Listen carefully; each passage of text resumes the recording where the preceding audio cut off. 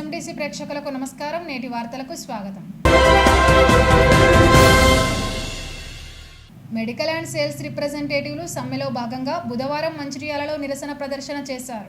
దేశవ్యాప్త సమ్మెలో భాగంగా మంచిర్యాల జిల్లాకు చెందిన మెడికల్ రిప్రజెంటేటివ్లు ప్రదర్శన నిర్వహించి హక్కుల కోసం నినాదించారు. ఈ సందర్భంగా మెడికల్ అండ్ రిప్రజెంటేటివ్లు మాట్లాడుతూ కనీస వేతన చట్టం అమలు చేయాలని కోరారు. మందుల ధరలను కేంద్ర ప్రభుత్వం అదుపు చేయాలని అన్నారు. హైదరాబాద్ లో ఫార్మా కంపెనీలు విచ్చలవిడిగా ఏర్పాటు చేయడం వల్ల స్థానికుల ఆరోగ్యం ప్రమాదంలో పడుతుందని ఆందోళన వ్యక్తం చేశారు. మందులు, మెడికల్ పరికరాలపై విధించిన జీఎస్టీని రద్దు చేయాలని డిమాండ్ చేశారు.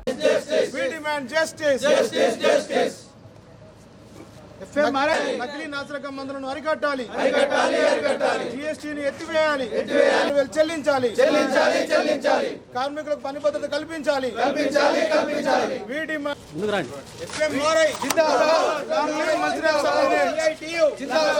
Long live Mancherial sub unit, long live Mancherial sub unit.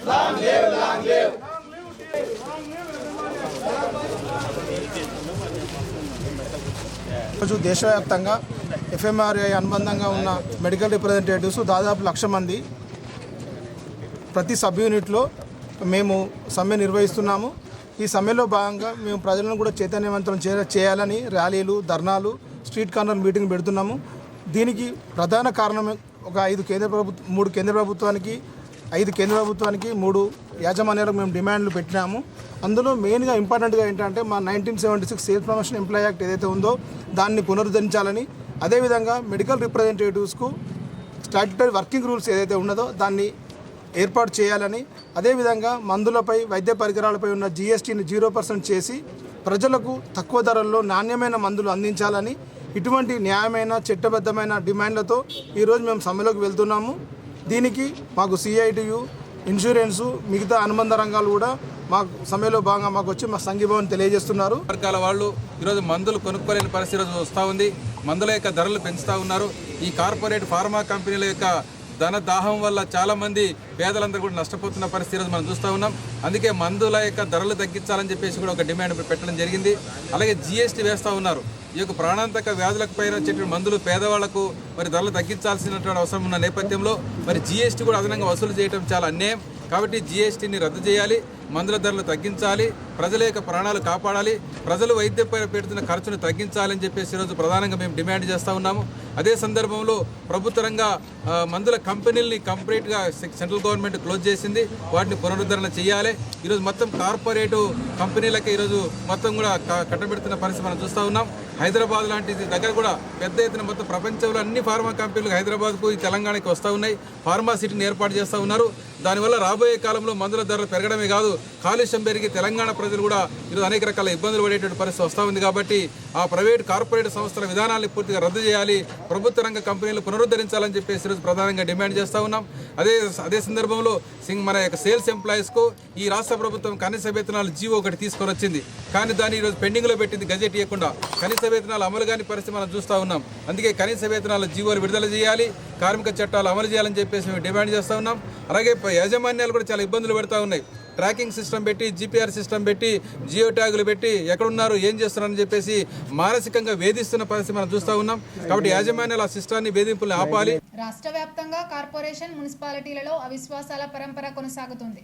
Peddapalli జిల్లా Ramagundam corporation mayor doctor Bangi Anil Kumar, అలాగే డిప్యూటీ మేయర్ నడిపెల్లి అభిషేక్ రావుపై తమ గులాబీ పార్టీ కార్పొరేటర్లు తిరుగుబాటుకు ధ్వజమెత్తారు.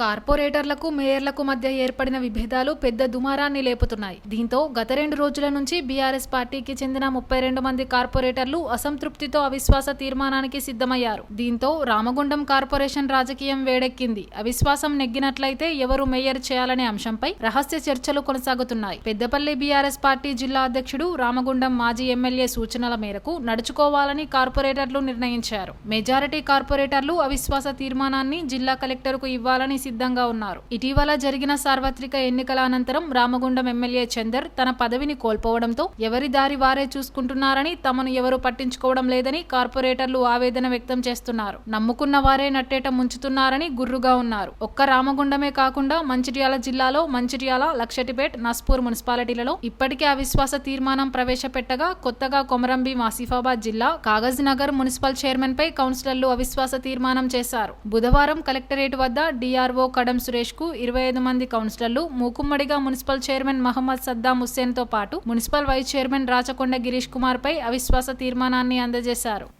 రామకృష్ణాపూర్ పోలీస్ స్టేషన్ను మంచిర్యాల డీసీపీ సుధీర్ రామ్నాథ్ కేకన్ బుధవారం రికార్డ్స్ తనిఖీ చేశారు. అనంతరం మొక్కలు నాటారు. ఈ కార్యక్రమంలో Bellampalli ACP Panthati Sadaiah, Mandamarri circle inspector Mahender Reddy పాల్గొన్నారు.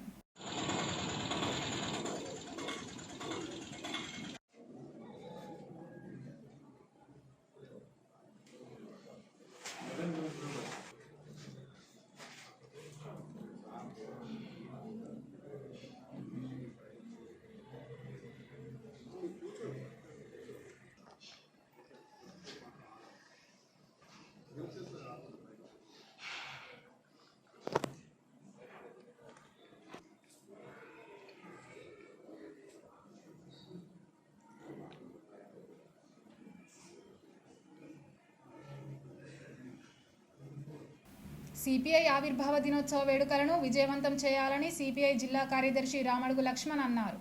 క్యాతన్పల్లి పార్టీ కార్యాలయంలో జెండా ఆవిష్కరించారు. అనంతరం సిపిఐ జిల్లా కార్యదర్శి రామడుగు లక్ష్మణ్, పట్టణ కార్యదర్శి మిట్టపల్లి శ్రీనివాస్ మాట్లాడుతూ ఈ నెల 20 నుండి 26 వరకు జరుగు సిపిఐ 99వ ఆవిర్భావ వేడుకలను పట్టణ, మండల, గ్రామ స్థాయిలో అరుణ పతాకాలను ఎగరవేసి ఘనంగా నిర్వహించాలని పిలుపునిచ్చారు. 1925 డిసెంబర్ 26న కాన్పూర్లో ఆవిర్భవించిన పార్టీ సిపిఐ అన్నారు. ఆవిర్భవించిన నాడే దున్నేవారికి భూమి కావాలని పార్టీ చెప్పడం జరిగిందన్నారు. నాటి నుండి నేటి వరకు బడుగు బలహీన వర్గాల, పేద ప్రజల, కార్మిక, కర్షకుల కొరకు ఎన్నో పోరాటాలు చేసిన చరిత్ర కమ్యూనిస్టు పార్టీదని అన్నారు. ఈ నెల 26వ తేదీన పార్టీ ఆవిర్భావ వేడుకల సందర్భంగా సాయంత్రం 5 గంటలకు మంచిర్యాల జిల్లా కేంద్రంలో ప్రదర్శన సభ నిర్వహించడం జరుగుతుందన్నారు. పార్టీ, ప్రజా సంఘాలు, కార్మికులు, కర్షకులు, మేధావులు పాల్గొని జయప్రదం చేయాలని పిలుపునిచ్చారు. ఈ కార్యక్రమంలో సిపిఐ జిల్లా సమితి సభ్యులు మిట్టపల్లి పౌల్, నక్క వెంకటస్వామి, వనం సత్యనారాయణ, మహిళా సమైక్య పట్టణ కార్యదర్శి గాజుల మనెక్క, డిహెచ్పిఎస్ నాయకులు మారపెల్లి రవి, ఆత్మకూరి వెంకటేష్,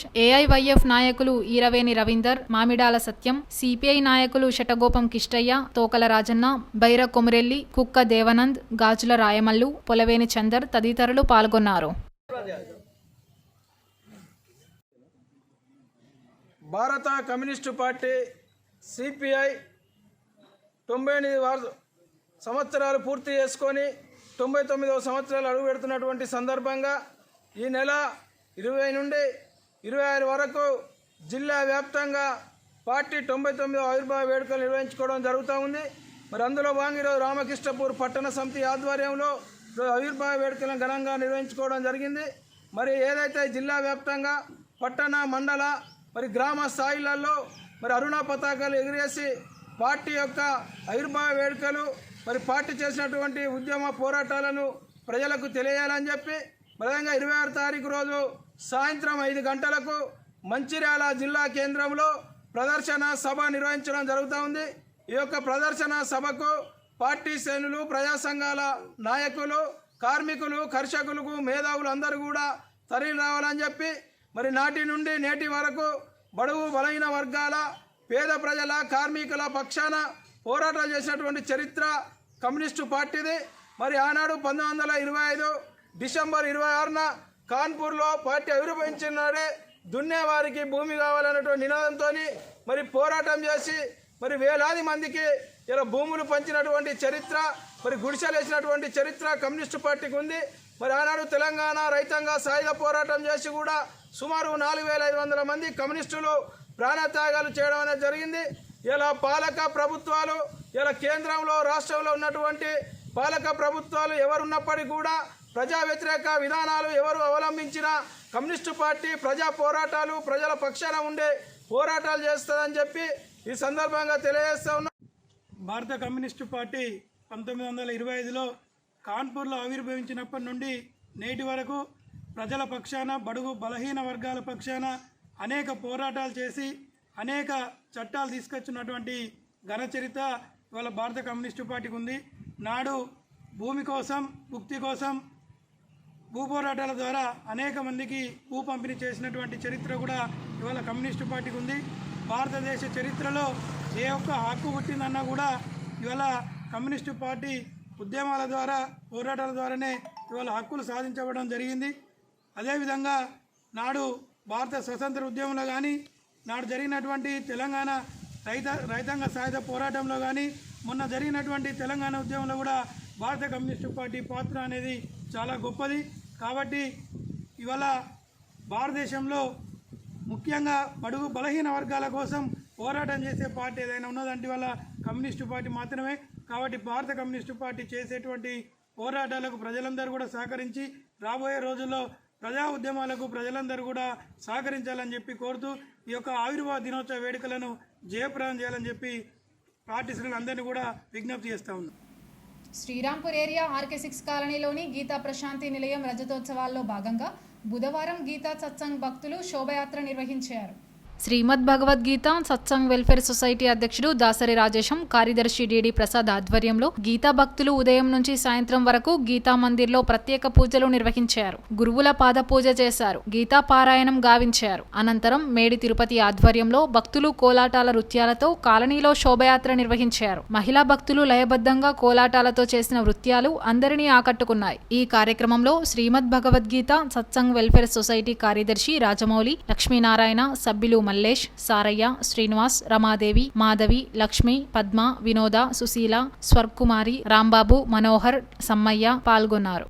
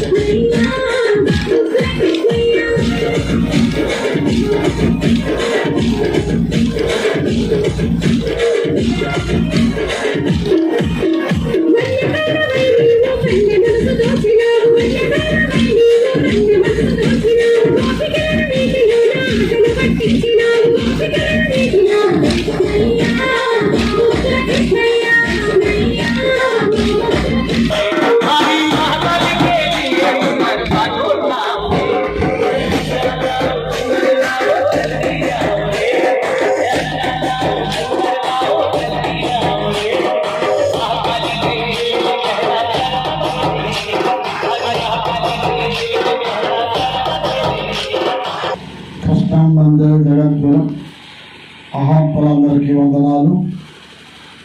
భగవంతుని యొక్క దివ్య కృప చేత, అందరి యొక్క త్యాగ కృషి చేత, మహర్షుల యొక్క అనుగ్రహం చేత మరి ఈ కృష్ణా కాలనీలో 25 సంవత్సరాల నుండి అవిరాళంగా అనర్గళంగా భగవద్గీత ప్రచారం జరుగుతూ వస్తూ ఉన్నది. ఆ భగవద్గీత ప్రచారాన్ని అంచెంచెలుగా చక్కగా ఆధ్యాత్మిక మార్గంలో భక్తులందరినీ నడిపించినటువంటి భక్త రాజేశం గారు అనేక సంవత్సరాల నుండి కొన్ని వందల మందికి భగవద్గీతని నేర్పిస్తూ ఈ సమాచార మార్గంలో నడిపిస్తూ ఉన్నారు. మన అటువంటి ఈ కృష్ణకాలని శ్రీకృష్ణ మందిరంలో 25 సంవత్సరాలంటే రైతోత్సవ కార్యక్రమాలను పురస్కరించుకొని అనేక మంది మహాత్ముల్ని ఆహ్వానించి ఈ 3 రోజులు కూడా చక్కగా భగవద్గీత 18 అధ్యాయాలు పారాయణం, అట్లాగే వాటితో హోమ కార్యక్రమం, అట్లాగే మహాత్ముల యొక్క సత్సంగం, అదే సాధు సమాగమం ఇవన్నీ కూడా జరుగుతాయి. అట్లాగే ప్రతిరోజు కూడా అన్నప్రదానం కూడా మరి ఉంటుంది. మరి ఇవన్నీ ఎందుకు అంటే భగవద్గీత అనేది జీవితానికి ఒక దివ్య ఔషధం వంటిది. ఔషధం శరీరానికి అనారోగ్యం వచ్చినప్పుడు ఏ విధంగా అయితే సేవించినట్టయితే చక్కగా శాంతిని సుఖాన్ని కలిగిస్తుందో, అట్లాగే ఈ జీవితం సుగమంగా జరగాలంటే, చక్కగా నడవాలనంటే భగవద్గీతని ఆశ్రయించాలి. గీత ఏమి చెప్పిందో అది తూచ తప్పకుండా ధర్మాన్ని ఆచరించాలి. నేటి SMDC న్యూస్ ఇంతటితో సమాప్తం. తిరిగి ప్రసారం అయ్యే SMDC న్యూస్లో మళ్ళీ కలుద్దాం. అంతవరకు సెలవు. నమస్కారం.